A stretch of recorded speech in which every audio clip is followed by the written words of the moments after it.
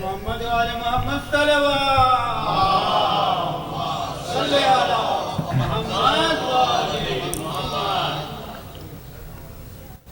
خدمت المومنین کی مجالس ادا کے سلسلے میں جو مضمون پر ذکر ہو رہا تھا، آج خدمت میں آپ کی اس مضمون کو تو تمام نہیں کر پائیں گے، لیکن جو نتیجہ ہم نے ارادہ کیا تھا کہ ان مجالس کے ذریعے سے خدمت میں آپ کی عرض کریں، آج انشاءاللہ اسے آپ خدمت میں رکھ کر دعوت فکر کے ساتھ مضمون تمام کریں گے. صاحبان ایمان توجہات کی خاطر ایک بلند صلوات پڑھ دے گا.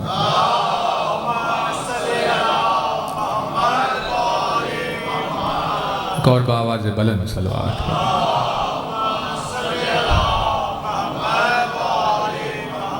ایک مرتبہ صلوات اور بلند.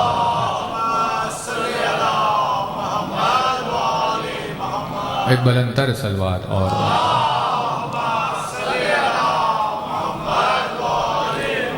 ایک بآواز بلند صلوات اور بلند.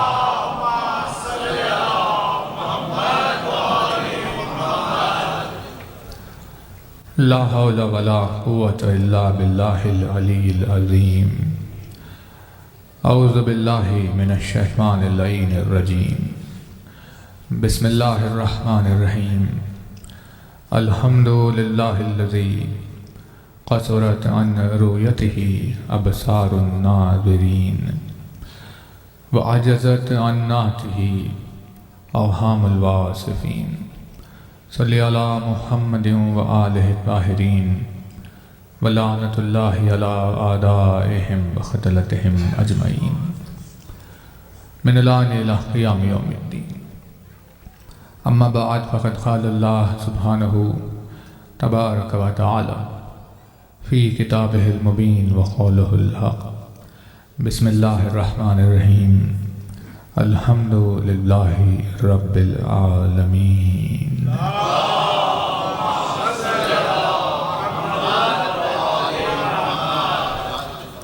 فرمایا صاحب اعظم الدرجات الفاظ نے، فرمایا مالک معجز نما انداز نے، فرمایا مولا کائنات امیر المؤمنین حضرت علی ابن ابی طالب علیہ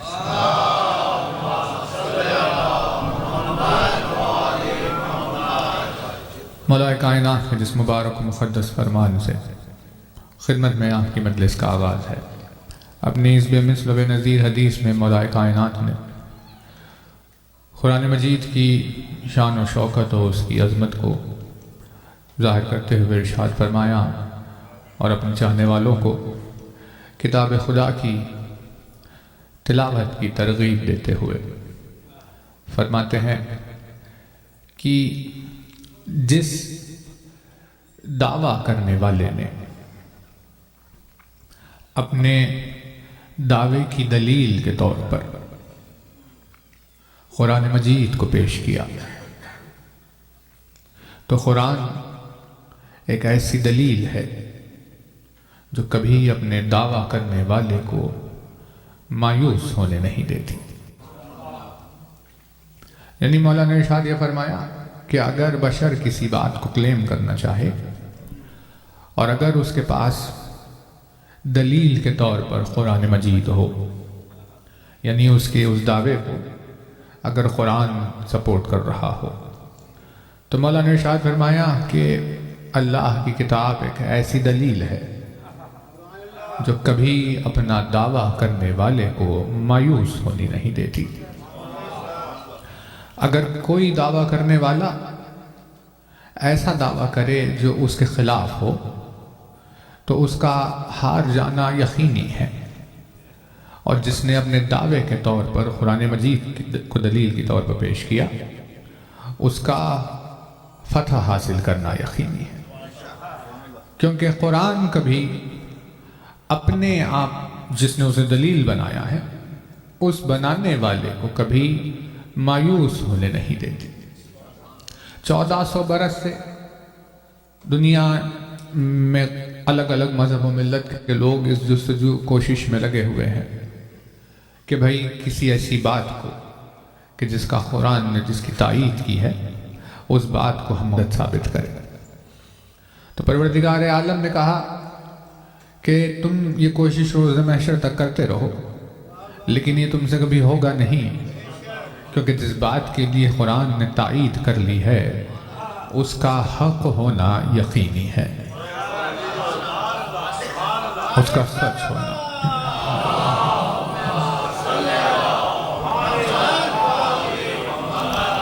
اس کا سچ ہونا یقینی ہے۔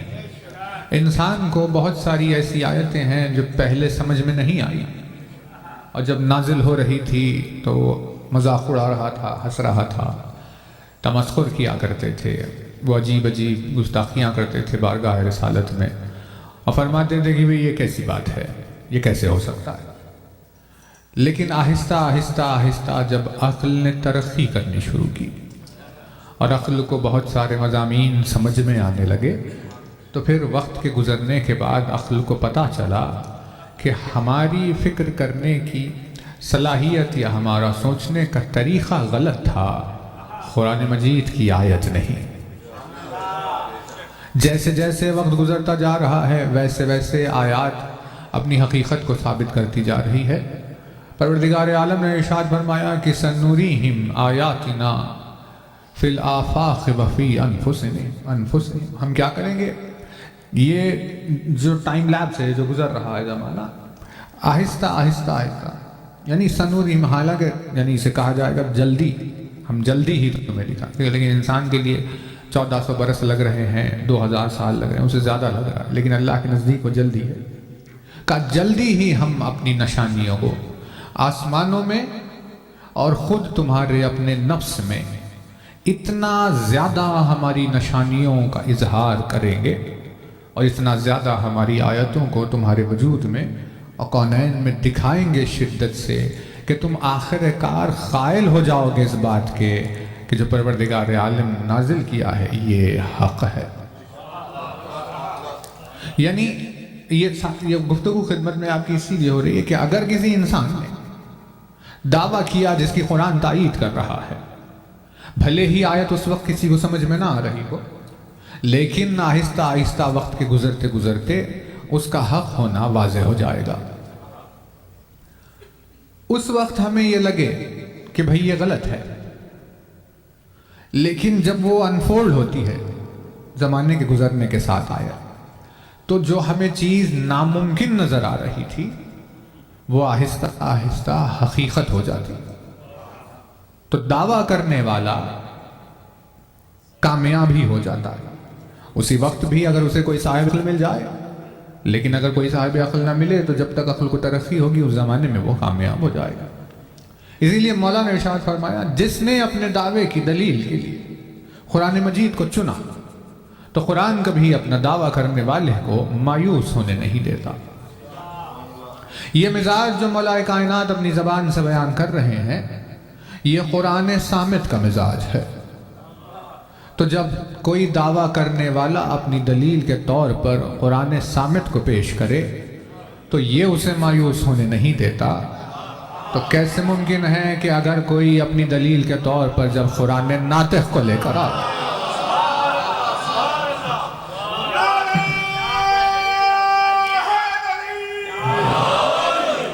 تو پھر قرآن ناطق اسے مایوس ہونے کیسے دے گا؟ جیسے جیسے قرآن صامت کی آیتوں کو عقل کی ترقی کے ساتھ سمجھتے سمجھتے ہزاروں برس کا وقت لگ گیا، ویسے ہی قرآن ناطق کے فضائل پر بھی انسان اکثر اعتراض کر دیتا ہے، لیکن آہستہ آہستہ عقل کی ترقی کے ہوتے ہوتے ہوتے زمانے کے گزرتے گزرتے اسے سمجھ میں آتا ہے کہ بھائی علی ہی حق ہے۔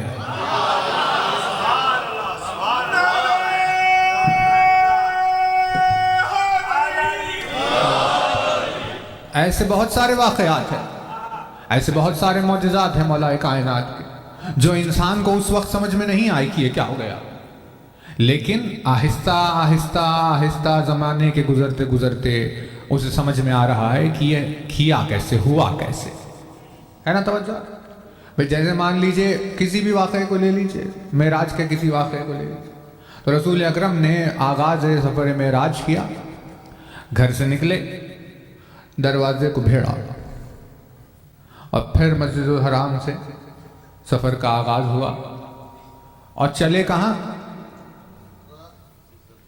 جس کا یعنی 92 بلین لائٹ ایئرز کا آبزرویبل یونیورس کا سپین ہو، 3 لاکھ کلومیٹر پر سیکنڈ سے جانے پر 90,000 کروڑ برس کا آبزرویبل یونیورس ہو،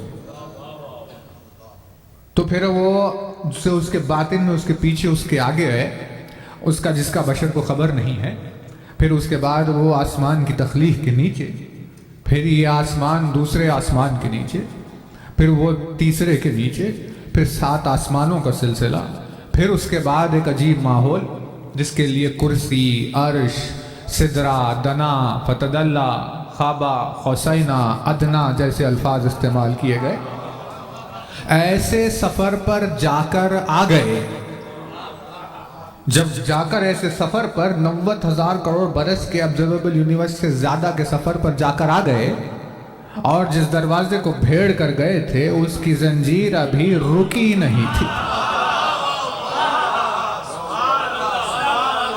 بشر کو سمجھ میں نہیں آیا اس وقت کہ بھئی یہ ہو کیسے رہا ہے، لیکن آہستہ آہستہ اسے آج سمجھ میں آنے لگا کہ بھئی جب کسی کی پرواز کی رفتار تیز ہو جاتی ہے تو اس کے لیے وقت بھی دھیرے ہو جاتا ہے، اور اگر 3 لاکھ کلومیٹر پر سیکنڈ کی سپیڈ پر کوئی پہنچ جائے تو اس کے لیے ٹائم رک جاتا ہے۔ توجہ، یعنی یہ اب دیکھیے تھیوری کو ڈینائی تو نہیں کیا، رد تو نہیں کر سکے گا کوئی، لیکن اس کو ایکسپلین کرنے کے لیے جس گھڑی کا استعمال کیا جاتا ہے وہ یہ ہماری گھڑی نہیں ہوتی، اسے کہتے ہیں فوٹون واچ یا فوٹون کلاک کہتے ہیں اس کو، جس میں کانٹے وغیرہ کچھ نہیں ہوتا، بس اس میں ایک فوٹون ہوتا ہے، وہ اس طرح اوپر نیچے ٹکر مارتے رہتا ہے، اور جب اسے لے کر نکلتا ہے کوئی اپنے ساتھ تو جانے والے کی رفتار کے اعتبار سے اس کے آنے جانے کی سپیڈ پر اثر پڑتا ہے۔ تو بڑھتے بڑھتے بڑھتے بڑھتے جب اس کی رفتار 3 لاکھ کلومیٹر پر سیکنڈ ہو جاتی ہے تو اس آگے کے پریشر کی وجہ سے وہ وہیں کھڑا ہو جاتا ہے جہاں وہ ہوتا ہے، یعنی اب وہ تھم گیا ہے، وقت اس کے لیے رک چکا ہے۔ اب وہ چاہے کروڑوں سال گھوم کر آئے وہی کانٹے پر واپس آتا ہے جس کانٹے پر یہاں سے گیا تھا۔ یہ تو سائنس نے ایکسپلین کیا ہے۔ اب عجیب عجیب دیکھیے باتیں ہوتی ہیں، لیکن اس وقت تو سمجھ میں نہیں آ رہا تھا لوگوں کو کہ وہ یہ ہو کیسے رہا ہے، تو کہا کہ اب اس رفتار پر پہنچ جانے سے اس کے لیے ایک پاسبلٹی اور ہے جسے ٹیلی پورٹیشن کہتے ہیں، یعنی وہ سفر نہیں کرتا، ادھر غائب ہوتا ہے ادھر حاضر ہوتا ہے، یوں جاتا نہیں کہیں پر، لیکن اس کا ڈایامیٹر 3 لاکھ کلومیٹر کا ہوتا ہے، کیونکہ اس سپیڈ میں وہ اس سے زیادہ ایک ساتھ غائب ہو کر نہیں جا سکتا، اس کے آگے ہو تو سفر کرنا پڑے گا۔ یہاں کی تھیوری یہ ساری آپ ہم سے زیادہ جاننے چاہے ویسٹ میں آپ رہتے ہیں، ہم تو وہاں سے آئے انڈیا سے، لیکن اگر اس کی رفتار 6 لاکھ کلومیٹر پر سیکنڈ ہو جائے جانے والے کی، تو وہ اس 3 لاکھ کے ڈایامیٹر میں ایک ساتھ 2 جگہ نظر آ جاتا ہے۔ کیوں؟ کیونکہ اتنی تیز ہو گیا کہ ادھر سے ادھر جائے ادھر سے ادھر آئے ایک ساتھ 2 جگہ ہو جائے۔ اگر 9 لاکھ کلومیٹر پر سیکنڈ کی رفتار پر آئے تو وہ ایک ساتھ 3 جگہ نظر آ جاتا، وہ 12 لاکھ کلومیٹر پر سیکنڈ کی سپیڈ پر آئے تو 4 جگہ ایک ساتھ نظر آتا ہے۔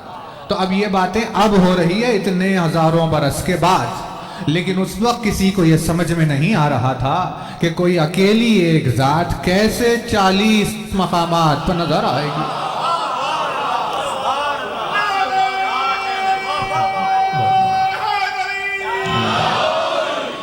بس 40 مقامات پر نظر آنے کا مطلب یہ ہے کہ اس کی رفتار کا کچھ عالم ایسا ہے کہ جس رفتار کا بشر اندازہ نہیں لگا سکتا، اس رفتار پر ہوتے ہوئے وہ ایسے تھا سامنے جیسے ٹھہرا ہوا ہو، نہیں کر رہے تھا اس سپیڈ پر ہوتے ہوئے۔ جب دستخوان پر لوگوں نے بلایا دعوت دی مولا کائنات کو، تو جب کھا رہے ہیں تو آپ کو ایسے نہیں لگے گا کہ بھئی یہ بہت سپیڈ ہے، بالکل اطمینان سے ویسے ہی جیسے ہوتا ہے، یعنی اتنی تیزی کے بعد بھی ویسے ہی۔ مثال کہاں ہے اس کی؟ اس کی مثال زمین میں پائی جاتی ہے۔ زمین جو گھوم رہی ہے اس کی رفتار کتنی بتائی جاتی ہے؟ کچھ 1300 کلومیٹرز پر آور کی سپیڈ سے یہ گھوم رہی ہے اپنی جگہ پر، ایکسس پر۔ لیکن سولار سسٹم یعنی سورج کا جو چکر کاٹ رہی ہے وہ اس سے بہت تیز ہے۔ سارا سولار سسٹم جو ملکی وے کی چکر کاٹ رہا ہے وہ اس سے بہت تیز ہے۔ تو اتنی تیزی سے 1300 کلومیٹر کی سپیڈ سے گھوم رہی ہے، آپ کو محسوس ہو رہا ہے؟ آپ کو تو ایسے لگ رہا ہے جیسے ہم ٹھہرے بیٹھے ہوئے، جبکہ اتنی سپیڈ کا ہمیں احساس بھی نہیں ہو رہا، حالانکہ وہ تیز ہے، لیکن ایسے جیسے مانو پرسکون ہو۔ یہ زمین کر رہی ہے، تو بھئی جب تراب میں اتنی صلاحیت ہو کہ اس طرح گھومتے ہوئے بھی سکون میں نظر آ جائے، تو ابو تراب اس رفتار پر پہنچ کر کیسے کیفیت سکون میں نظر نہیں آئے گا؟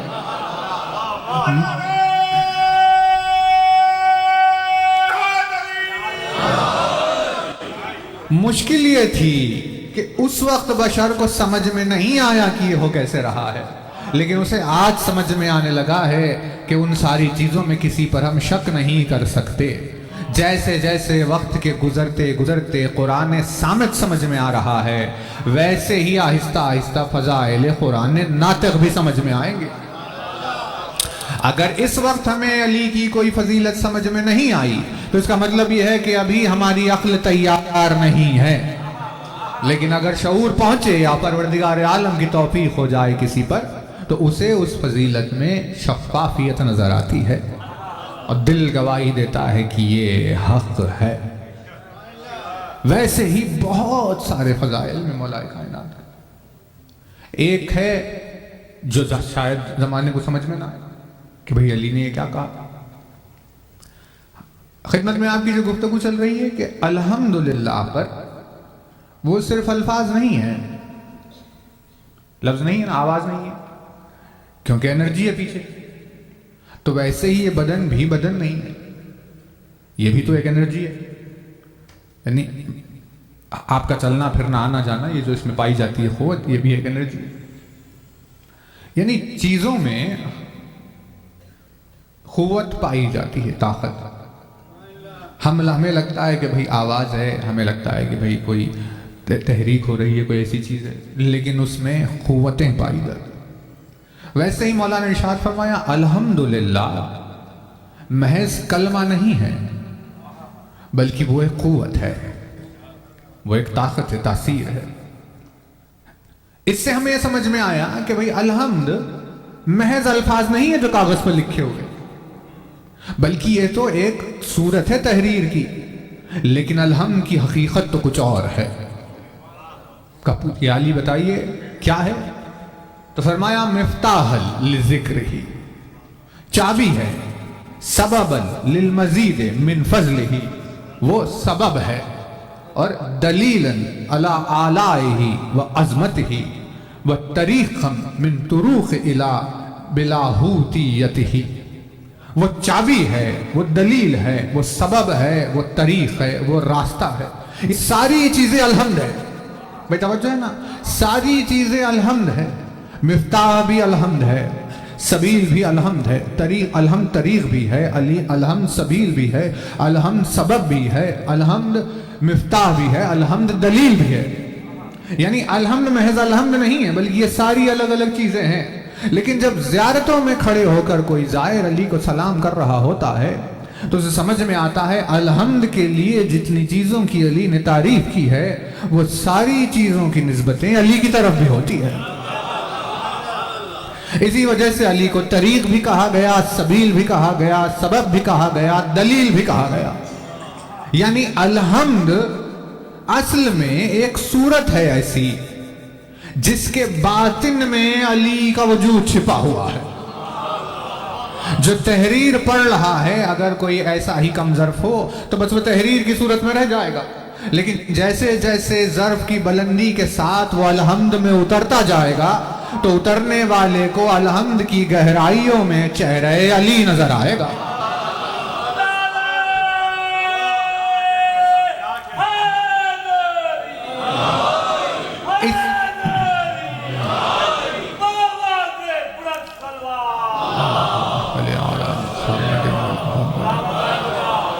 بھائی توجہ ہے نا؟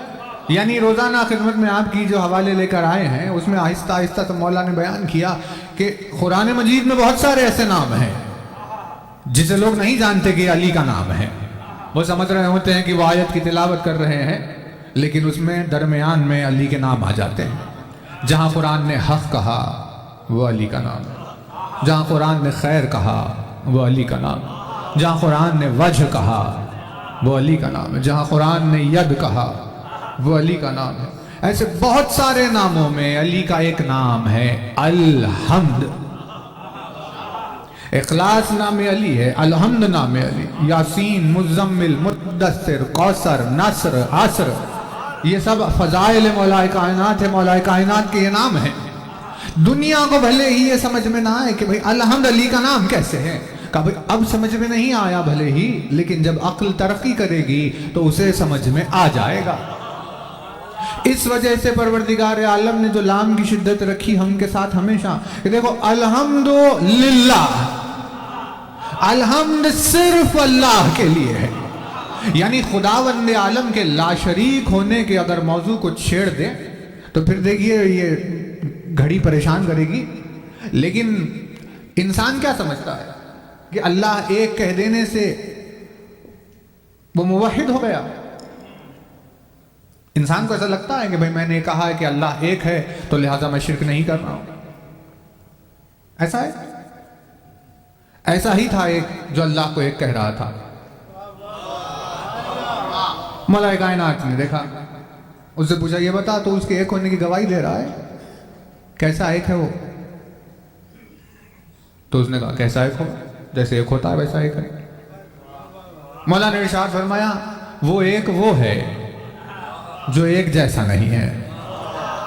نہیں کر رہے توجہ. اب دیکھیے مضمون جب چھڑتا ہے توحید پر تو علی کی صورت ہی سامنے آتی ہے مشکل کشائی کے لیے. مولانا ارشاد وہ ایک ہے لیکن ایک جیسا نہیں ہے, کیونکہ اگر جیسا ہو جائے تو پھر وہ نہیں ہے, ہے نا. تو مولانا ارشاد فرمایا وہ ایک ہے لیکن وہ شروع نہیں ہوتا, کیونکہ اگر کوئی شروع ہو جائے تو پھر کہیں پر جا کر ختم بھی ہوتا ہے. کیونکہ اسے ختم ہونا نہیں ہے اسی لیے وہ شروع نہیں ہوا. فرماتے ہیں کہ وہ شروع ہوئے بغیر ایک ہے. جملہ دیکھیے مولانا ارشاد فرمایا وہ ایک ہے وہ جس کے سامنے اگر 5 آ جائے, 10 آ جائے یا 20 آ جائے تو یہ ایک ان 20 سے چھوٹا نہیں ہوتا. لاکھوں کروڑوں بھی اس کے سامنے اگر آئے تب بھی وہ ایک ان سے زیادہ ہوگا. مولانا ارشاد فرمایا وہ ایک وہ ہے جو 2 آدھے مل کر ایک نہیں بنا کہ جسے تقسیم کرے تو 2 آدھے ہو جائیں گے. یعنی ایک کی تعریف کو سن کر وہ ایسے پریشان ہو رہا تھا مانو اسے اس دن ہی پتا چلا کہ ایک ہوتا کیا ہے. یعنی اگر علی نے نہ سمجھایا کہ ایک کیسا ہے تو انسان اس کے ایک ہونے کو ایک نمبر سمجھ رہا تھا کہ بھئی ایک سکیل ہے نمبرز کی جس میں جو 1 ہم لکھتے ہیں وہی خداوند عالم کی ذات ہے. لیکن مولانا ارشاد فرمایا 1 2 3 کی گنتی میں جو آ جائے ایک وہ نہیں ہے, کیونکہ یہ تم نے اپنے حساب کے لیے بنائی ہوئی انسان کی ایک حساب و کتاب کی خلقت ہے کہ جس کو اس نے بنایا تھا کہ وہ کسی چیز کو گنے, تو جو مخلوق کی گنتی میں آ جائے وہ خالق نہیں ہوتا. یعنی ہمیں پتا چلا کہ اگر علی موجود نہ ہو تو اللہ کو ایک کہنے کے بعد بھی انسان مشرک ہی رہتا ہے.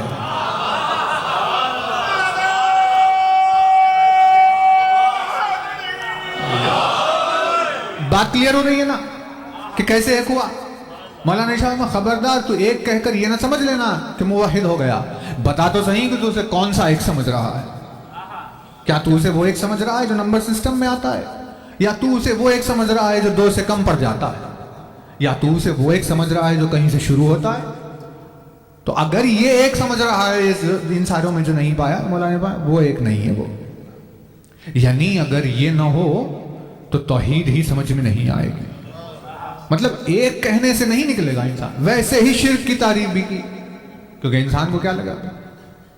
مولانا نے کہا کہ اچھا ایک, اس نے پوچھا نا امام غریب سے جو سوال, آپ شاید آئی تھنک یہاں گزشتہ مجالس میں کہیں آپ کی خدمت میں بات ہوئی تھی. اس نے کہا مولا میں بھی ایک ہوں، اللہ بھی ایک، برابر ہیں ہم دونوں؟ تو مولانا نے کہا نہیں، تو مرکب ایک ہے، اسمبلڈ مکسچر والا ایک۔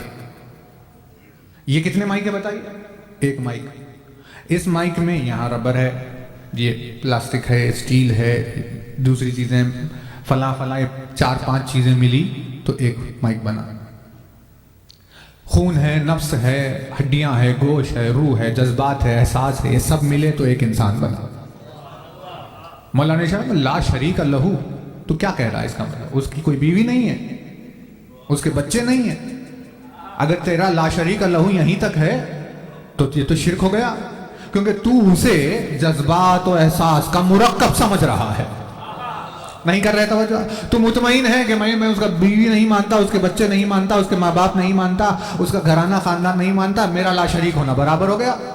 مولانا صاحب ایسے لا شریک نہیں ہے، ایسے تو کوئی انسان بھی اکیلا جنگل میں پڑا رہے گا، لیکن وہ لا شریک ہے جس میں کسی چیز کی ملاوٹ نہیں، نہ شکل و صورت کی، نہ جسم و جسمانیت کی، نہ شیپ کی، نہ سٹرکچر کی، نہ کلر کی، نہ سائز کی، نہ جذبات کی، نہ احساس کی۔ یہ ساری چیزیں مل کر جیسے کوئی ایک ہوتا ہے، وہ ان سب کے بغیر اکیلا ہے، جس میں کسی چیز کو نہیں پائے جانے کا تصور ایسا ہو کہ لا شریک لہو کی گواہی میں اتنا آگے کہا مولا نے کہ اگر موصوف میں صفت بھی پائی جائے تب بھی دو ہو جاتے ہیں۔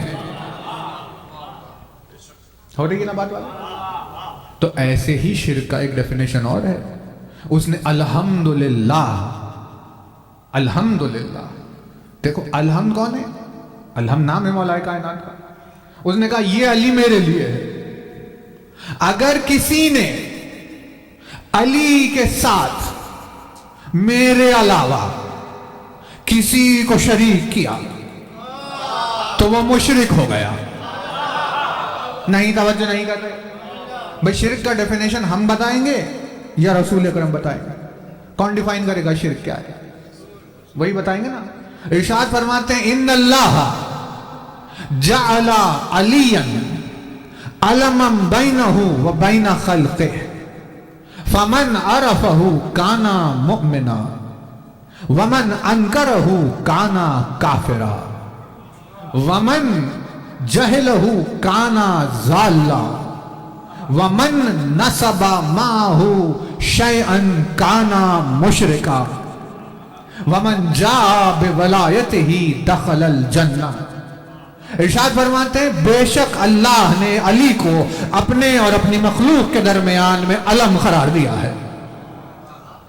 اللہ نے علی کو اپنے اور اپنی مخلوق کے درمیان میں علم قرار دیا ہے۔ فمن عرفہ کانا مومنا، جو علی کو پہچانتا ہے وہ مومن ہے۔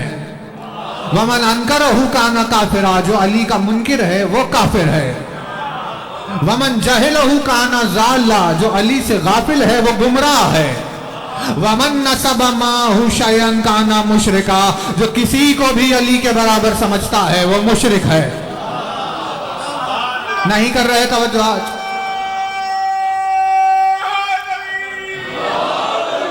بھئی توجہات ہے؟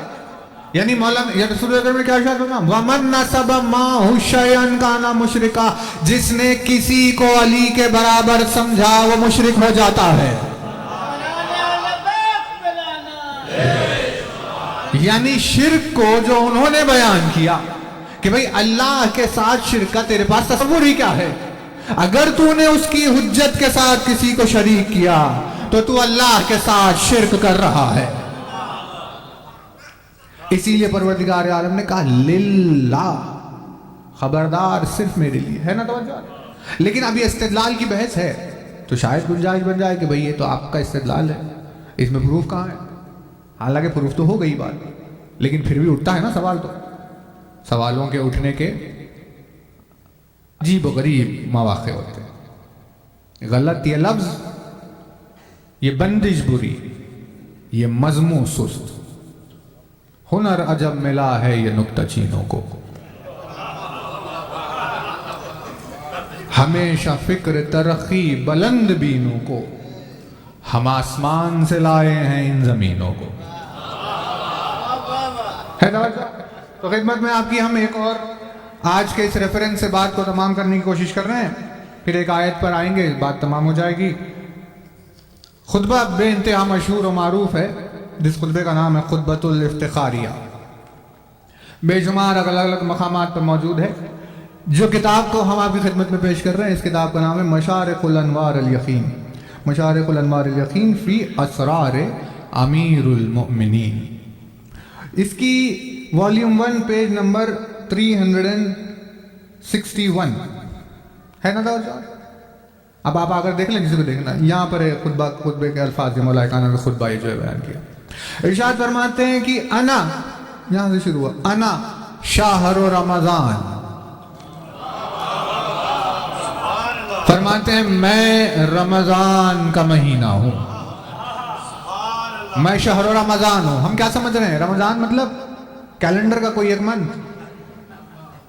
مولانا شاہ میں شہر رمضان میں ہوں، کیونکہ رمز کے معنی، رمز رے میم ذات کے رمز کے معنی ہے کسی چیز کو جلا کر ختم کرنے کے، توجہ، کسی چیز کو جلا کر ختم کرنے کو رمز کہتے ہیں۔ اس وجہ سے مہینے کا نام رمضان رکھا گیا، کیونکہ اس مہینے میں اللہ اپنے بندوں کے گناہوں کو جلا کر ختم کر دیتا ہے۔ نہیں کر رہے توجہ؟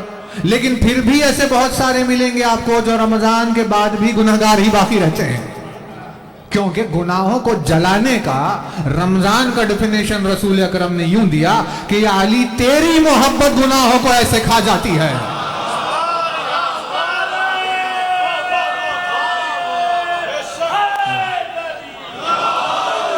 تیری محبت گناہوں کو ایسے کھاتی ہے جیسے آگ سوکھی ہوئی لکڑی کو کھا جائے۔ یعنی علی کی الفت اگر ہے تو رمضان ہے، ورنہ علی کی محبت اگر نہیں رکھتا تو کون سا رمضان؟ نہیں، توجہ نہیں کر رہے۔ آج کے علی کے نام لینے والوں سے کہیں زیادہ علی کو تو علی کے دشمن پہچانتے تھے۔ ایک روز جب داخل ہوا دربار شام میں تو دیکھا اس نے کہ وہ کھانا کھا رہا ہے اور ماہ مبارک چل رہا ہے،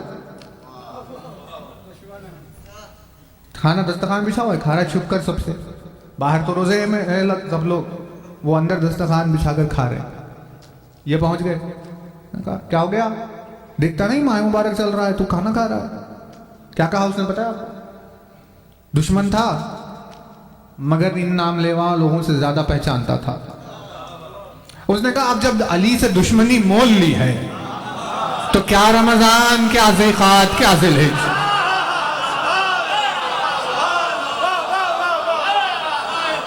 انہوں نے کہا بھئی روزہ تو اس وقت ہوتا جب علی کی محبت ہوتی، اب جب دشمن علی ہے تو اس کے لیے کون سا رمضان؟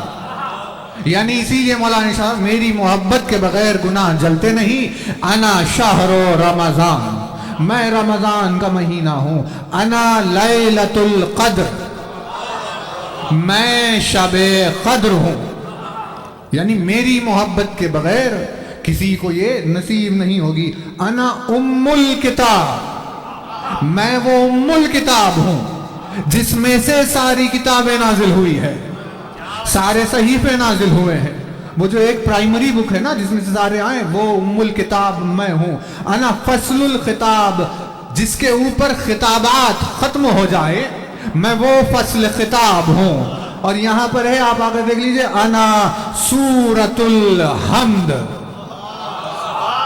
ارشاد فرماتے ہیں میں سورہ الحمد ہوں۔ الحمد کی حقیقت اس کا سر میں ہوں۔ الحمد کی توجہ نہیں ہوئی بات واضح؟ بھئی جیسے انرجی پہ بحث چل رہی تھی، آپ بتائیے اگر پتھر کو آپ لے کر جائیں پیچھے تو کہاں تک جائے گا؟ وہ پتھر کس چیز سے بنا؟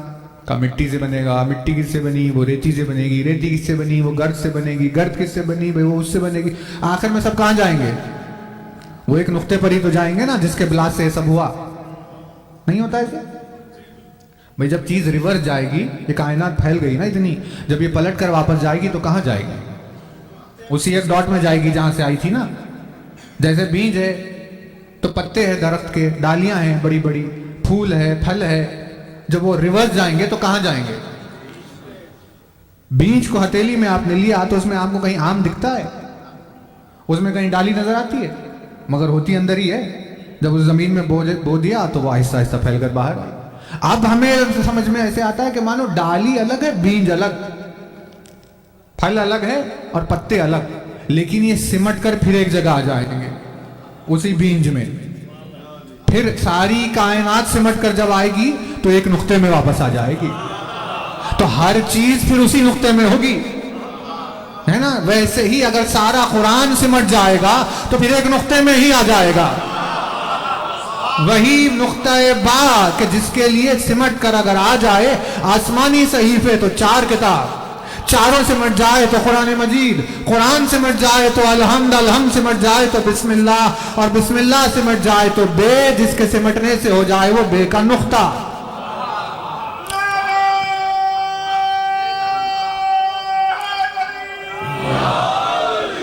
اسی لیے ارشاد فرمایا کہ میں وہ سورہ حمد ہوں جس کے بغیر قرآن شروع نہیں ہوتا. میں وہ سورہ حمد ہوں جس کے بغیر کوئی خدا سے متصل نہیں ہوتا. میں وہ سورہ حمد ہوں جسے ہٹا دیں تو توحید کی کوئی دلیل باقی نہیں رہتی. میں وہ سورہ حمد ہوں جو اللہ تک پہنچنے کا راستہ ہے. یعنی الحمد کو پروردگار عالم نے قرآن مجید کا پریفیس قرار دیا کہ بھئی اس میں ہم سارے قرآن کے موضوع کو بیان کریں. توجہ نا، اسی لیے صلاۃ ممکن ہی نہیں ہے بغیر الحمد کے. لا صلاۃ الا بالفاتحہ، یعنی بغیر الحمد کے صلاۃ ممکن نہیں ہے، پڑھی ہی نہیں جا سکتی. صلاۃ کسی اٹھنے بیٹھنے کے عمل کو نہیں، صلاۃ خداوند عالم سے جڑنے کو کہتے ہیں. یعنی میرے بغیر اس سے جڑا نہیں جا سکتا ہے. توجہ. تو اب آپ دیکھیے اگر یہ ٹائٹل ہے تو اس میں ذکر کس کا ہوگا؟ ایک ہی آیت سنا دیں گے، بس بات ختم کر رہے ہیں ہم بھی. تھوڑا سا اس کو ابزارب ہونا چاہیے نا، تھوڑا وقت لگے گا تو ٹھیک ہے، تو پھر وقت بھی دینا ضروری ہوتا ہے ہر چیز کے لیے. بیج کو بو دیا تو درخت اگنے میں تھوڑا وقت لگے گا. تو بیج بو دیا گیا، بارش ہو جائے گی جس پر بھی وہ ابر کرم آ جائے، اور پھر دیکھتے دیکھتے پودا پھوٹ کر باہر آئے گا. تو یوں اس طرح ایک بنجر زمین گلشن میں تبدیل ہو جائے گی. یہ نظام پروردگار عالم ہے، وہ ایسے ہی کام کر رہا ہوتا. تو ٹائٹل ہے وہ، تو جس کے نام سے رکھا گیا ہوگا اس میں کس کا ذکر ہوگا؟ آپ کو کیا لگتا ہے الحمد کی کون سی آیت میں مولا کا ذکر ہے؟ الحمدللہ رب العالمین الرحمن الرحیم مالک یوم الدین ایاک نعبد و ایاک نستعین. کس آیت میں ذکر ہوگا مولا کا؟ ان پوری آیتوں. غور سے اگر آپ دیکھیں سارا کا سارا الحمد صرف علی کا قصیدہ پڑھا ہے. بسم اللہ الرحمن الرحیم سے ذالین تک علی کے فضائل، علی کے چاہنے والوں کے فضائل اور علی کے دشمنوں پر تبرہ، یہ سمٹا ہوا الحمد ہے نا. ایک آیت آپ خدمت میں عرض کر رہے ہیں، الحمدللہ رب العالمین. الحمد ہے اس کے لیے جو عالمین کا رب ہے. کیا ہوگا اس کا ٹرانسلیشن؟ تمام تعریفیں اس اللہ کے لیے جو کائنات و کونین کا پالنے والا. یہی ہوتا ہے. لیکن آپ یہ بتائیے ہمیں کہ خداوند عالم کی حمد کی اسکیل آپ کو اور ہم کو پالنا ہے. حمد کی اسکیل کیا ہے اس کی؟ کہ بھئی میری تعریف ہے، ہر طرح سے میری تعریف، کہ اتنے نافرمان اور گناہگار انسانوں کو پالتا ہوں میں. یہ اسکیل ہے ہم کی. ایسے ہوگی کسی کی تعریف کہ بھئی یہ دیکھ رہے ہو پوری کائنات، کون سی؟ فنا ہونے والی کائنات. فنا، آسمان و زمین ختم ہونے والے ہیں نا، کل من علیہا فان، سب کچھ فنا ہو جائے گا. تو کیا پروردگار عالم کسی فانی چیز کے لیے اس کو اپنی حمد کی اسکیل قرار دے گا کہ بھئی یہ فنا ہونے والی کائنات کا میں مالک ہوں؟ یہ اس کی توحید کی اسکیل تو نہیں ہے. تو پھر آخر عالمین کا مطلب کیا ہے؟ عین لام میم یہ روٹ ہے، اس سے لفظ بنتا ہے علم. علم کے معنی ہے نشان کے. علم کے معنی ہے ایک ایسے نشان کے جو کسی کا پتہ دے. اسی وجہ سے علم کو علم اسی لیے کہتے ہیں کیونکہ یہ آگے آگے چلتا ہے، لشکر پیچھے آتا ہے، تو دشمن جب صرف یہ دیکھتا ہے تو پیچھے کے لشکر کا پتہ لگ جاتا ہے. ابھی لشکر نہیں آیا، ابھی لشکر پیچھے ہے، صرف سامنے علم آیا، لیکن کیونکہ علم نے پیچھے چھپے ہوئے لشکر کا پتہ بتا دیا اسی لیے اسے علم کہتے ہیں، ہے نا. علم یعنی وہ نشان جو ظاہر ہو کر باطن میں موجود کسی کے ہونے کی دلیل بن جائے، اسے علم کہتے ہیں. ہے توجہ؟ جیسے مثال کے طور پر آپ جب آ رہے تھے اپنے دوست کو ڈھونڈتے ڈھونڈتے کہ بھئی ادارے کو وہ پہنچے یا نہیں پہنچے، فلاں ہوئے کیا ہوئے نہیں ہوئے، آہستہ آہستہ جیسے ہی گیٹ میں آپ داخل ہوئے، داخل ہوتے ہی آپ کو ان کی کار دکھائی دی. کار کو دیکھتے ہی آپ نے کہا آ گئے وہ. ابھی آپ اندر نہیں آئے، وہ یہاں اندر نماز پڑھ رہے ہیں، چائے پی رہے ہیں، آپ باہر ہیں، آپ کو دکھائی نہیں دیا کہ وہ اندر ہے یا نہیں. آپ کو باہر ان کی کار دکھائی دی، کار نے بتا دیا وہ آ گئے ہیں. باطن میں چھپی ہوئی شخصیت کے ہونے کی دلیل بن کر جو کار سامنے آئی اسے علم کہتے ہیں. توجہ ہے؟ علم کے معنی ہے انڈیکیٹ کرنے والے، نشان کے، کسی کا پتہ دینے والے. یہ علم ہے. لفظ ایک ہے عالم، مطلب علم اور عالم میں فرق یہ ہے کہ علم وہ نشان جو ٹیمپرری بھی ہو سکتا ہے، لیکن عالم وہ نشان جو ہمیشہ رہتا ہے نا. اب یہ جو ساری چیزیں ہیں، نشان تو ہے مگر ٹیمپرری. بھئی کار تو تھی آپ کی، لیکن کیا ہوا، آپ کو ڈراپ کر کے آپ کے بھائی کسی اور کو پک کرنے کے لیے کار لے کر چلے گئے. آپ آ کر دیکھنے لگے کار تو نہیں ہے. آپ نے کہا وہ نہیں ہے. اچھا ایسے ہی آپ اندر آئے تو وہ چائے پیتے ہوئے دکھائی دیا. آپ نے کہا آپ کیسے آ گئے؟ تو انہوں نے کہا بھائی ہم آ گئے، گاڑی تو نہیں ہے باہر. تو انہوں نے سنایا کہ ہاں اس کو لے کر گئے، وہ دوسروں کو پک کرنے کے لیے آئے. مطلب گاڑی آپ کے ہونے کا نشان تو تھی لیکن پرماننٹ نہیں تھی. کبھی ہو سکتی ہے، کبھی نہیں بھی ہو سکتی ہے، کبھی میکینک کے پاس ہو سکتی ہے، کبھی کوئی اور لے کے جا سکتا ہے. مطلب ایک ٹیمپرری نشان تو ہے جو کسی ایک وقت کے اعتبار سے دلیل بن جائے کہ بھئی وہ ہے، لیکن ہمیشہ نہیں ہو سکتا. توجہ؟ یہ آسمان، یہ زمین، یہ ساری کائنات آج تو ہے، درخت ہے، پہاڑ ہے، یہ ساری چیزیں ہیں، یہ کسی کے ہونے کا پتہ تو دے رہی ہے، لیکن یہ ہمیشہ رہنے والی نہیں ہے. تو جب یہ آسمان و زمین فنا ہو جائے تو پھر اس کے وجود کی دلیل اس وقت کون رہے گا؟ ایسا نشان جو سب کے فنا ہو جانے کے بعد بھی باقی رہے، اس نشان کو، پرماننٹ نشان کو عالم کہتے ہیں. توجہ نا؟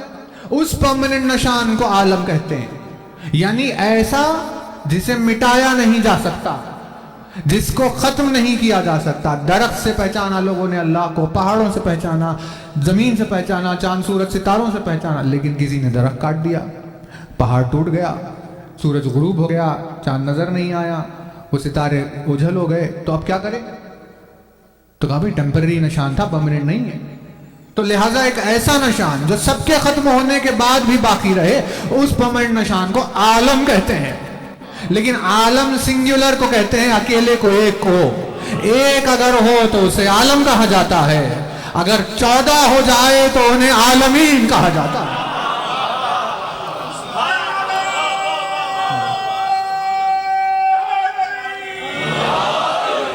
اگر وہ 14 ہو جائیں تو انہیں عالمین کہا جاتا ہے۔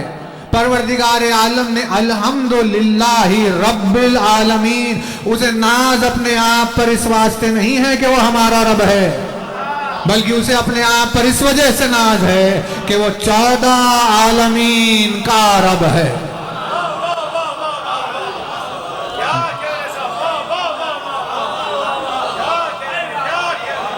آپ سلام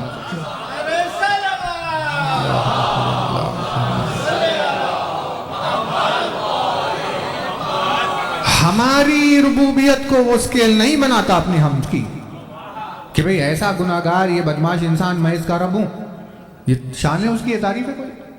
اس کی تعریف ہے کہ ایسی عصمت سے بھری ہوئی ہستیاں جن کا وجود عصمت مطلقہ کا وجود، جن کی اطاعت ساری کائنات پر واجب، میں ایسے ہمیشہ موجود رہنے والی دلیلوں کا رب ہوں۔ یوں اپنی تعریف کر رہا ہے، الحمدللہ رب العالمین، الرحمن الرحیم، 2 صفتیں گنائی، رحمان ہوں اور رحیم ہوں۔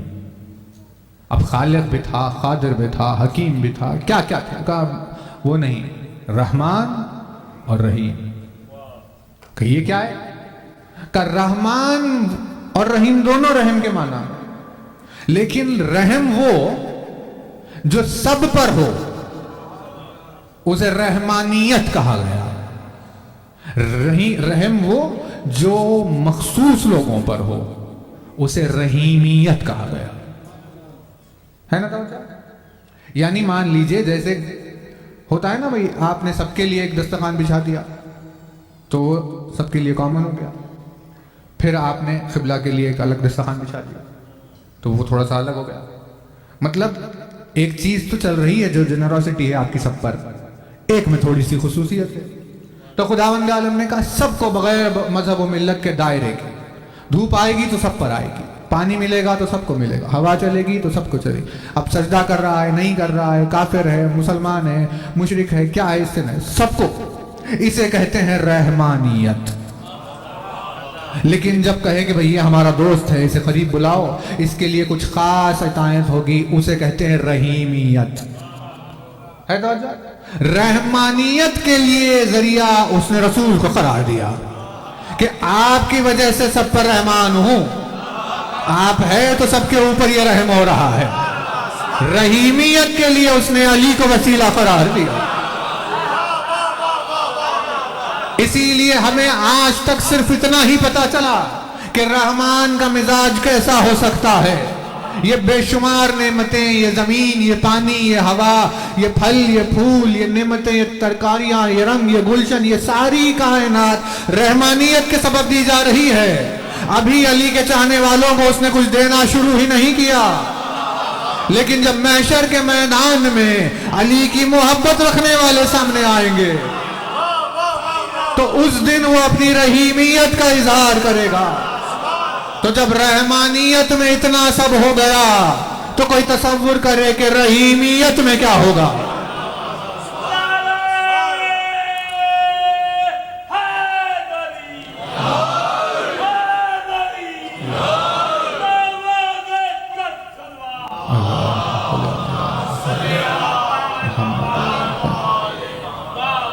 بات آگے بڑھی، اس نے کہا مالک یوم الدین، توجہ نا، مالک یوم الدین، اس پر ختم کریں گے۔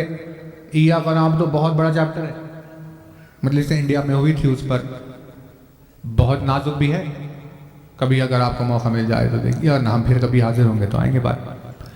لیکن مالک یوم الدین قیامت کے دن کا مالک نہیں ہے یہ، کیونکہ لفظ قیامت بھی قرآن میں ہے، لا اقسم بیوم القیامہ، مجھے قسم ہے قیامت کے دن کی، ہے نا؟ یہاں پر کیا ہے؟ مالک یوم الدین، دین کے دن کا مالک۔ کون سے دن کا؟ دین کے دن کا، جس دن دین کے بارے میں پوچھا جائے گا، اس دن کا مالک۔ یعنی وہ اس دن یہ سوال نہیں کرے گا کہ تم نے کھانا کتنا کھایا، پانی کتنا پیا، اس نے کتنے کیے، اس نے کیے. یعنی ایک تو کھلا رہا ہے، پھر تو حساب بھی لے رہا. بھئی یہ کیسا کریم ہے؟ ہوتا ہے کہیں انسان میں؟ یہ انسان اس سے زیادہ اعلیٰ طرف ہوتا ہے کہ بھئی آئیے ہمارے گھر میں کھانا کھائیے، لیکن آپ نے تو 4 روٹی کھا لی. تو آپ کہیں گے بھئی بلایا کیوں پھر مہمان پر، جب گن رہے ہو کہ ہم کتنا کھا رہے ہیں کتنا پی رہے ہیں. یعنی بشر نہ کرے ایسی حرکت. پروردگار عالم ان چیزوں کا شمار کرے کہ بھئی کیا کیا کھایا، کیا کیا نہیں کھایا. مالک یوم الدین، دین کے دن کا سب مالک، اس دن دین کا سوال کرے گا، کسی چیز کا سوال نہیں کرے گا، دین کا سوال. میں توجہ رہے. اب دین کیا چیز ہے؟ یہ دین کسے کہتے ہیں؟ دین ایک طرز زندگی کو کہتے ہیں. جس طرح زندگی کو گزارا جائے اس طرز کو کسی کا دین کہا جاتا ہے. اللہ نے کہا ہم نے بھی ایک دین بھیجا جو تمہیں سکھائے گا کہ تمہیں اپنی پوری سوانح حیات کیسی گزارنی ہے. لیکن صرف اگر لکھ کر بھیج دیتے تو تمہیں سمجھ میں نہیں آتا. اسی لیے ہم نے ایک ایسی صورت بھی بنائی جسے تم دیکھو تو تمہیں سمجھ میں آئے کہ زندگی گزارنی کیسی ہے. اس گزرتی ہوئی زندگی پر جب رسول اکرم کی نگاہ پڑی تو علی کو دیکھ کر ارشاد فرمایا الدین و اصل الدین.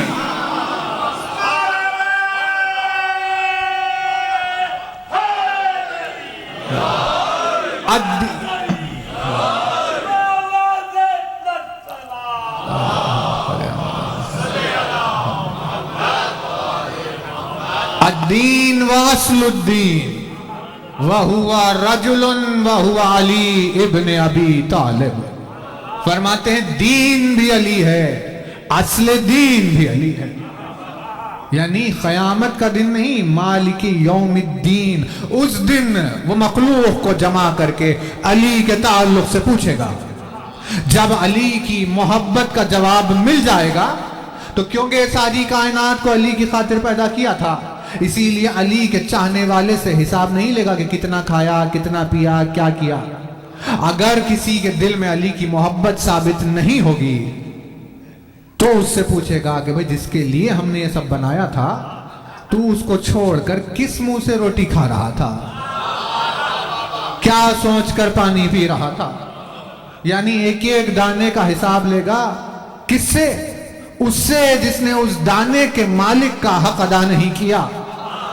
جو مالک کے محبت کے حق کو لے کر آئے، پروردگار عالم اس سے سوالات نہیں کرے گا.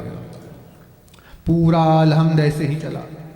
لیکن انشاءاللہ دیکھیے کبھی موقع ہوگا تو الحمد کے اوپر آیتوں کی خدمت میں آپ کی حاضر ہوں گے. بارگاہ پروردگار عالم میں بس دعا یہی ہے کہ وہ ہمیں توفیق عنایت فرمائے اس بات کی کہ الحمد کی تلاوت کا شرف ہمیں کبھی حاصل ہو. یوں الحمدللہ کہتے ہوئے گزرنے کا نہیں، کہ واقعاً کبھی زندگی میں ایک مرتبہ ہی صحیح الحمد کے سورے کی تلاوت کا شرف حاصل ہو. یہ دعا اس کی بارگاہ میں. بہت ممنون اور مشکور ہے آپ تمام صاحبان ایمان کی کہ آپ نے ہمیں برداشت کیا اتنا اور اس قابل سمجھا کہ مجلس کا موقع دیا گیا. زندگی نے موقع دیا تو پھر کبھی خدمت میں آپ کی حاضر ہوں گے. اس الحمد کے سلسلے کو اسی آیت سے تمام کر رہے ہیں. اور اب آہستہ آہستہ جو ایام اذاں گزر رہے ہیں تو ایک عجب سی کیفیت تاری ہے، ایک عجب سی بے چینی آپ کو خود ہی محسوس ہوگا کہ کیسی مایوسی نظر آ رہی ہے. یعنی کہ جس کا ذکر ہو رہا تھا، جس کے نام کی مجلسیں ہو رہی تھی، اگر وہ مجلسیں نہ ہو تو اتنی مایوسی چھا جاتی ہے. تو کوئی کیسے تصور کرے گا کہ صغرا نے اس گھر میں کیسی مایوسی دیکھی ہوگی کہ جب دیکھتے دیکھتے بھرا ہوا گھر آنکھوں کے سامنے خالی ہو گیا. تو ایسے عالم میں گھر میں صغرا زندگی کیسے گزار رہی ہوگی. ایک عزادار جب اپنے گھر میں عزاخانہ سجاتا ہے، تیار کرتا ہے، علم استاد کرتا ہے تعزیہ اسٹارٹ کرتا ہے۔ فرش عزا بچتی ہے، مجلس ہوتی ہے ایک عزادار، اور مجلس کے ختم ہونے کے بعد جب وہ اپنے گھر کو دیکھتا ہے غور سے تو اسے اپنے ہی گھر میں ایک تنہائی کا احساس ہوتا ہے۔ وہ دیکھتا ہے کہ کیسی ایک مایوسی و مردنی چھا گئی فرش عزا کے اٹھ جانے کے بعد، مجلس حسین کے ختم ہو جانے کے بعد۔ تو مجلس کے ختم ہونے سے عزادار اتنی تنہائی کا شکار ہو جائے، جس کے نام پہ مجلس ہو رہی ہو، جب وہ پورا گھر ایک ساتھ خالی ہو گیا ہو، تو صغرا کا کیا عالم ہو گیا۔ اسی وجہ سے جو شدت صغرا کو بیان کیا گیا کہ جیسے جیسے کاروان حسین تیار ہو رہا تھا، ویسے ویسے صغرا اتنی بے چین ہوتی جا رہی تھی کہ اسے نظم کر کے لکھا کہ بابا میں یہ نہیں کہتی کہ ہماری میں بٹھا دو، میں یہ نہیں کہتی کہ ہماری میں بٹھا دو، بابا مجھے فضا کی سواری میں بٹھا دو، لیکن مجھے اپنے ساتھ لے کر چلو۔ اس قدر تڑپ تھی تو بھائی کی آنکھوں کے سامنے جب بہن تڑپ رہی تھی تو حسین کی مشیت، پروردگار عالم کی مشیت، وہ بار بار کہہ رہے تھے کہ بیٹی خداوند عالم کی مشیت یہ ہے کہ آپ اس گھر میں رہے، لیکن جو بھائی تڑپ کو دیکھ رہا تھا بہن کی، ایک مرتبہ اکبر نے قریب آ کر کہا کہ صغرا ایسے نہ تڑپا کر کہ میں تیرے اس تڑپنے کو دیکھ نہیں سکتا،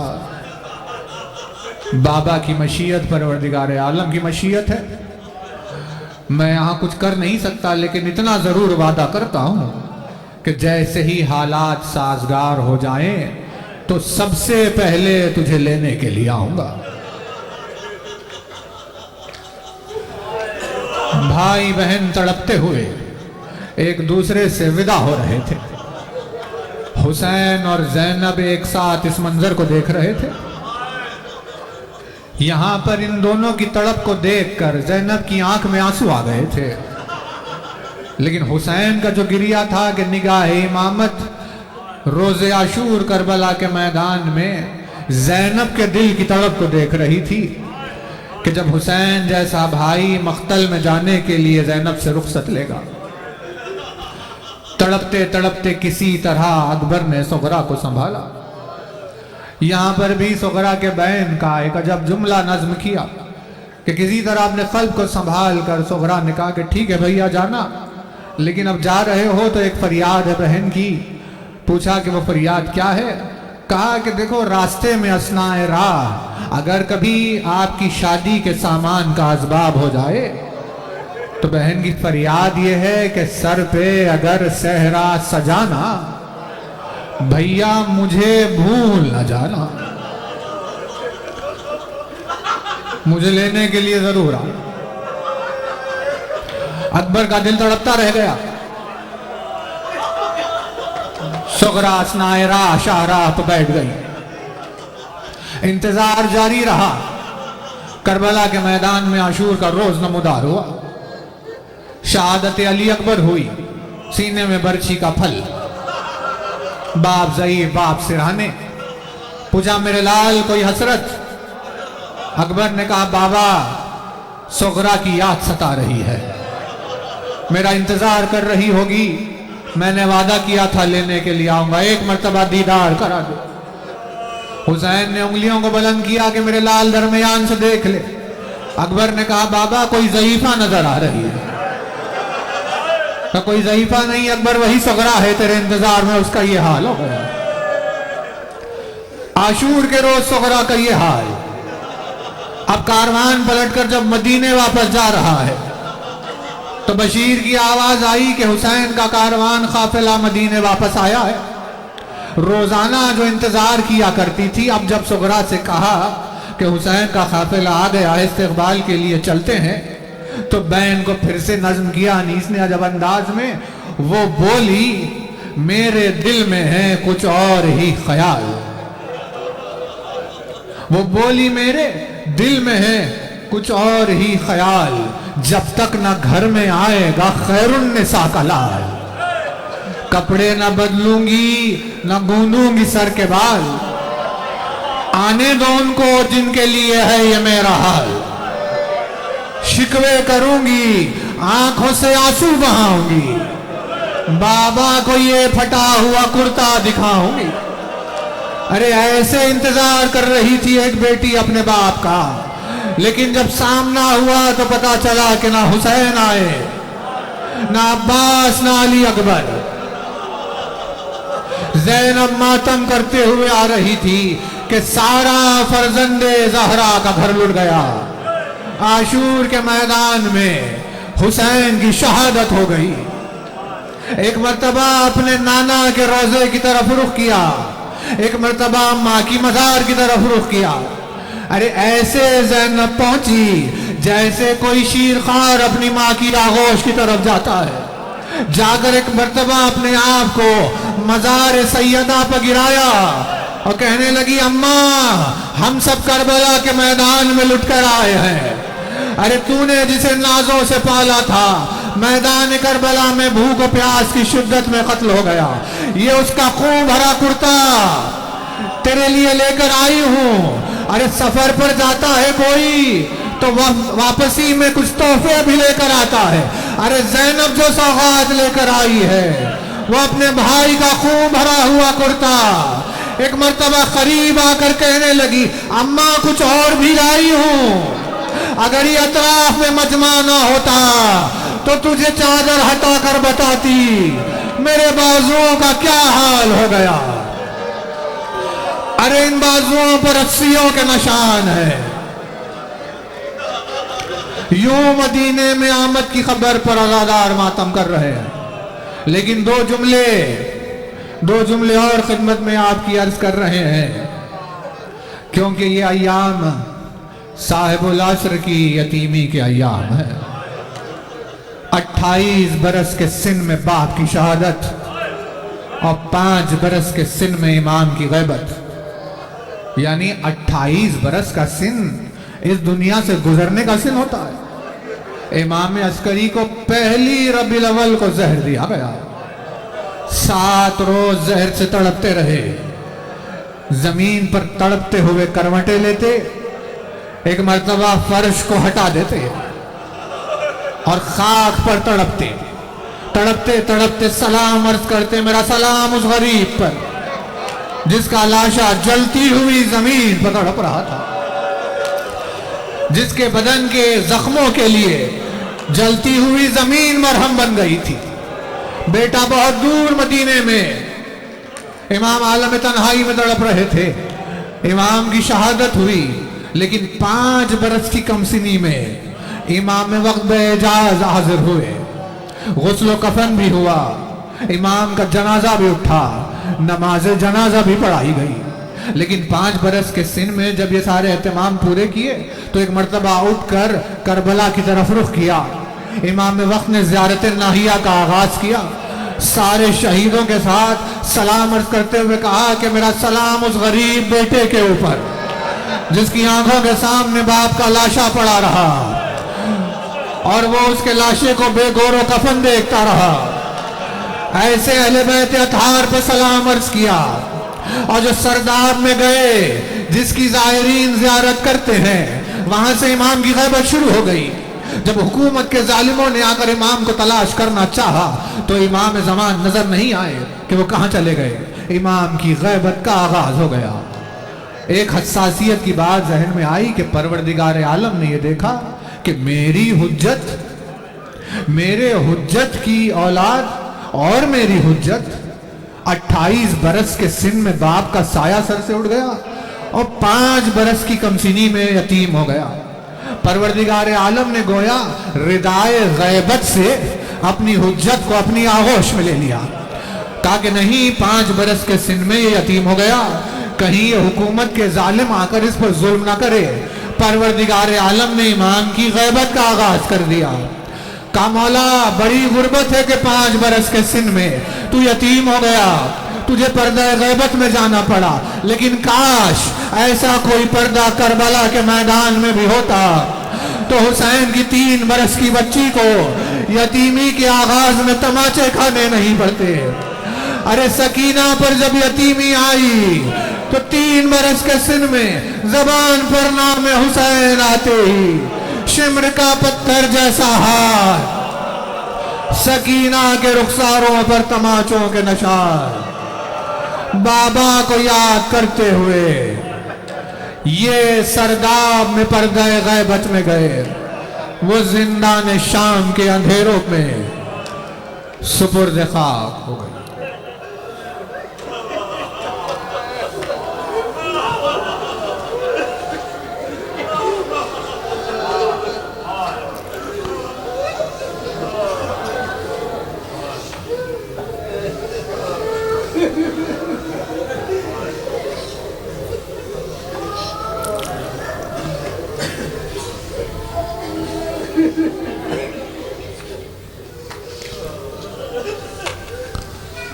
ألا لعنة الله على الظالمين وسيعلم الذين ظلموا أي منقلب ينقلبون ماتم حسين عليه السلام.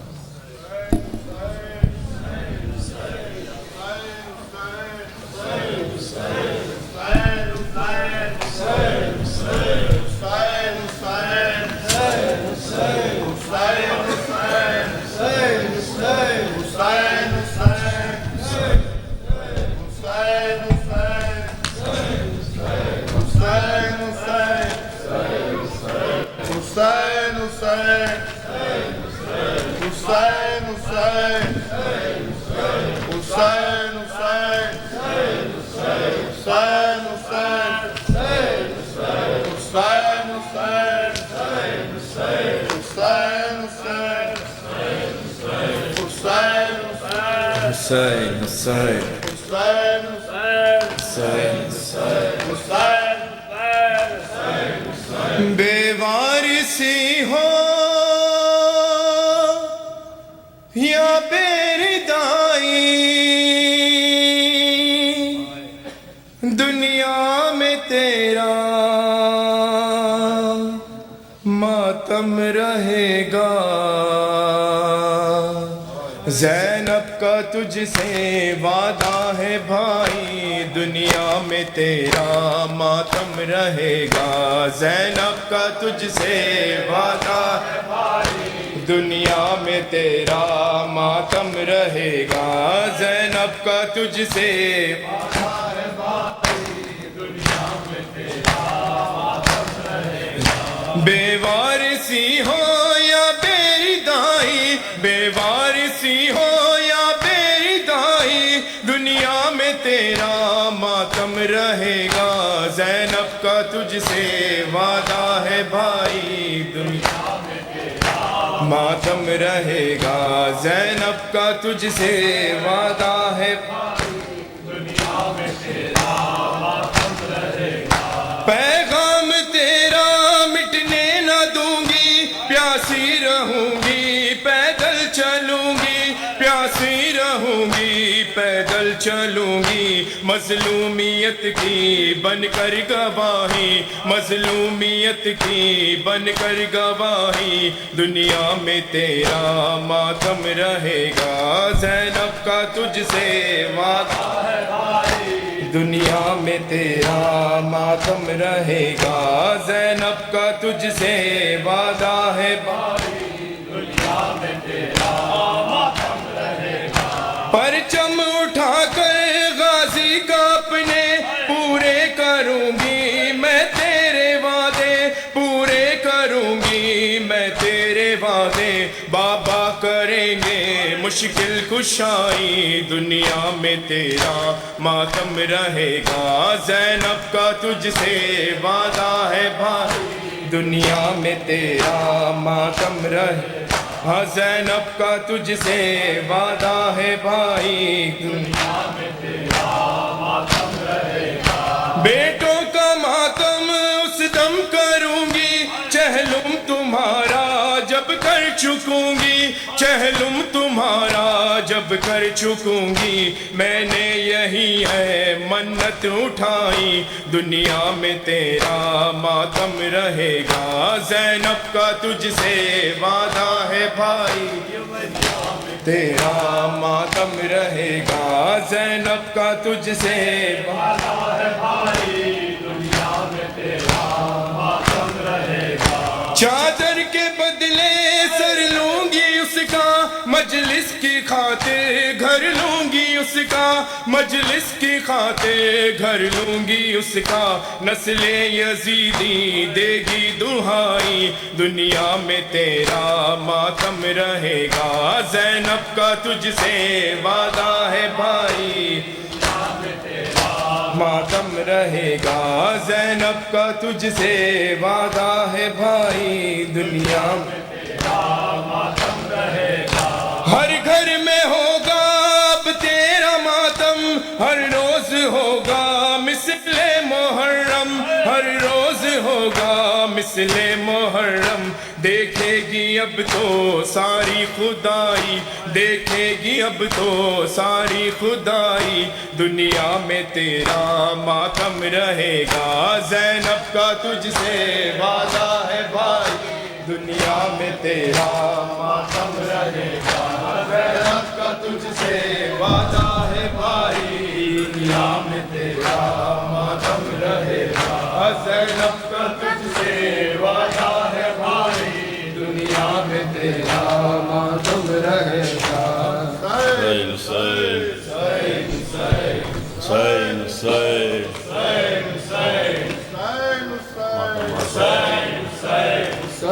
ہر پل ہر ساتھ ہر دم ماتم ہا شہ کا ماتم، ماتم ہا شہ کا ماتم، ماتم ہا شہ کا ماتم، ماتم ہا شہ کا ماتم، جب نام شبیر لیا، جب نام شبیر لیا، جب نام شبیر لیا،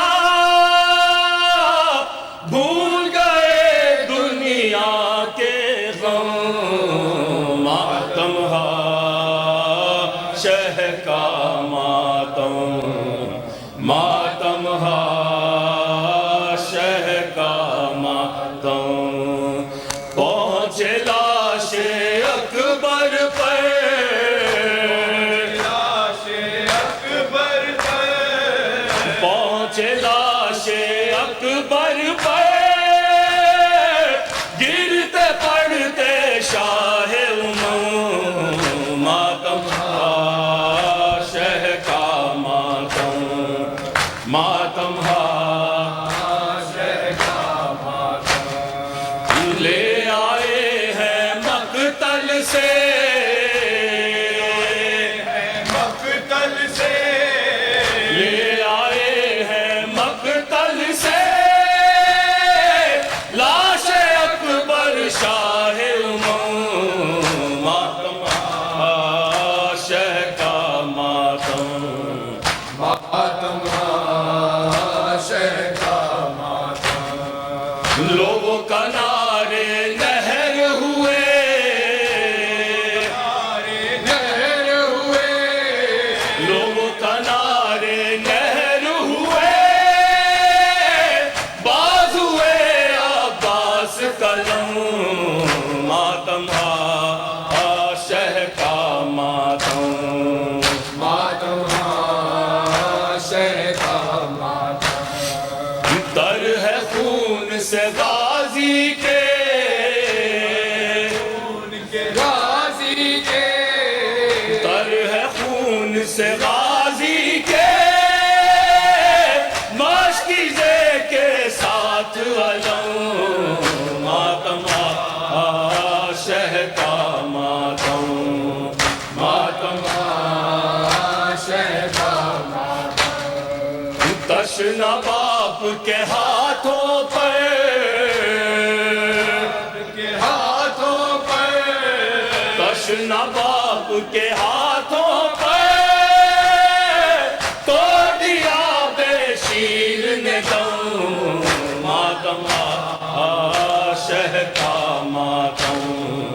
ماتم شہ کا ماتم تشنا باپ کے ہاتھوں پہ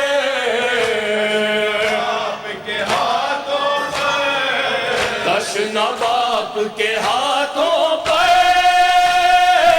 توڑ دیا بے شیر نے دم ماتم شہ کا